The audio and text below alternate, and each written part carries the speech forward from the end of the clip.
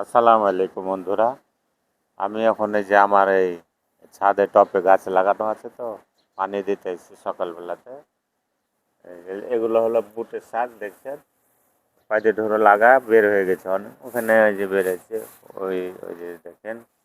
হ্যাঁ, তো এগুলা এই মোটামুটি 10 দিন হলে বড় হয়ে যায়, খাওয়ার মতন হয়ে যায়।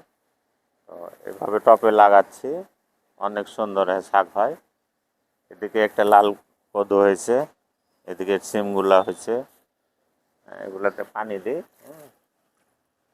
পানি দিই। ওদিকে আবার আসেন দেখাই টমেটো। টমেটো দেখছেন কি সুন্দর টমেটো হয়েছে। হ্যাঁ, সে মতো পাক করছে। এদিকে পাক করছে টমেটো। টমেটো গাছে সকালবেলায় পানি দিই। তো